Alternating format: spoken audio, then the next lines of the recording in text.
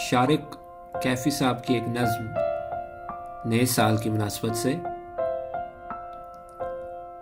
एक बरस और कट गया शारिक, एक बरस और कट गया शारिक, रोज सांसों की जंग लड़ते हुए। एक बरस और कट गया शारिक, रोज सांसों की जंग लड़ते हुए, सबको अपने खिलाफ करते हुए, यार को भूलने से डरते हुए। एक बरस और कट गया शारिक, रोज सांसों की जंग लड़ते हुए, सबको अपने खिलाफ करते हुए, यार को भूलने से डरते हुए।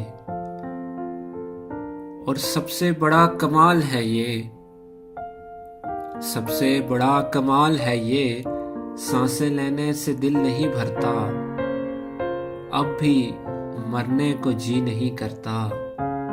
सबसे बड़ा कमाल है ये, सांसें लेने से दिल नहीं भरता, अब भी मरने को जी नहीं करता, अब भी मरने को जी नहीं करता।